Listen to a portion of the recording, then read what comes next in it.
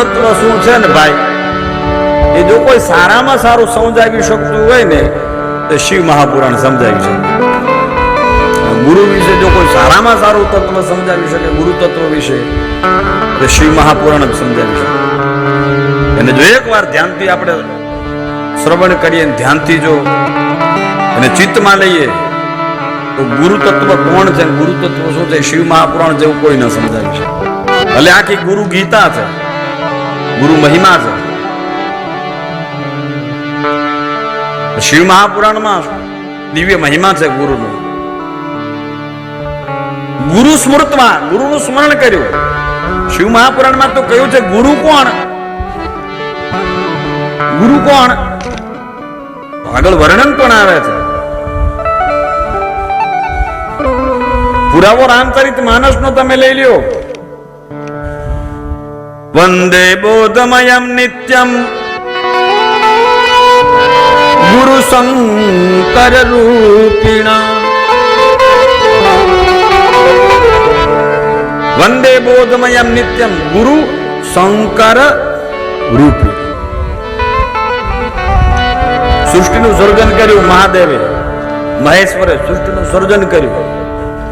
બ્રહ્માને સર્જન કરવાનું કામ સોંપ્યું, વિષ્ણુને પ્રગટ કરી પાલનનું કામ સોંપ્યું, રુદ્રને પ્રગટ કર્યા, સંહારનું કામ સોંપ્યું, દેવતાઓને એક એક કામ સોંપવામાં આવ્યા, સ્વર્ગનું રાજ્ય ઇન્દ્રને આપ્યું, એક એક કામ દરેકને સોંપવામાં આવ્યા. ભગવાને પોતાનામાંથી જ સર્જન બધું કર્યું છે.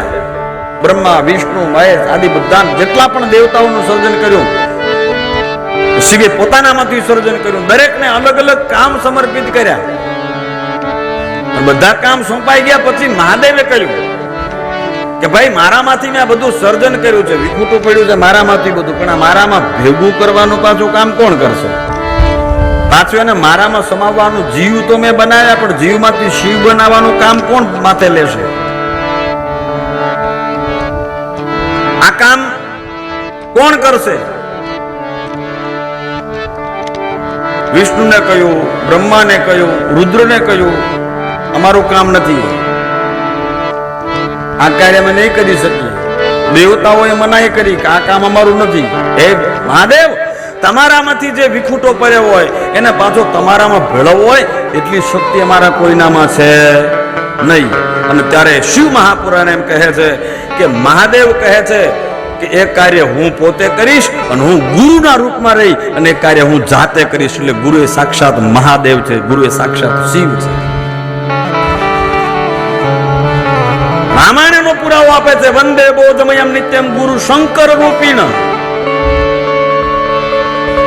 આ કોઈ ખોળિયું, કોઈ આ દેહ એ ગુરુ નથી.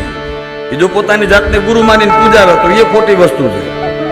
ગુરુ સાક્ષાત શિવ સ્વરૂપ છે. ગુરુ એટલે શબ્દ સ્વરૂપે છે, ગુરુ જ્ઞાન સ્વરૂપમાં છે. ગુરુ તત્વનો કોઈ દી નાશ થતો નથી. એટલે ગુરુ બ્રહ્મા, ગુરુ વિષ્ણુ, ગુરુ દેવો મહેશ્વર, ગુરુ સાક્ષાત પરબ્રહ્મ તસ્મે શ્રી ગુરવે નમઃ. પરમ તત્વ છે, શિવ તત્વ છે. શિવ તત્વનો જેમ નાશ ન હોય ને એમ કોઈ દી ગુરુ તત્વનો નાશ નથી સાહેબ. એ ગુરુ તો તમે જ્યાં સ્મરણ કરો ને, જે સ્વરૂપમાં તમે સ્મરણ કરો એ સ્વરૂપ તમારી સામે ઊભું જ હોય. આ દેહ રૂપી કદાચ ગુરુ ભલે વિલીન થઈ જાય પણ શબ્દ રૂપી ગુરુ તમારી સામે સમક્ષ ઊભો હોય. તમે જો એને યાદ કરો ને ગમે ત્યાં, તમારો માર્ગ તમને સાહેબ આપી દે. તમારા જે પણ કાર્ય હોય, તમારા કાર્યને, અટકેલા કાર્યને, તમારા ભટકેલા કાર્યને તમારા પૂરા કરી દેશે. એટલા માટે અહીંયા ગુરુનું સ્મરણ કર્યું છે. ગુરુનો મહિમા અપરંપાર.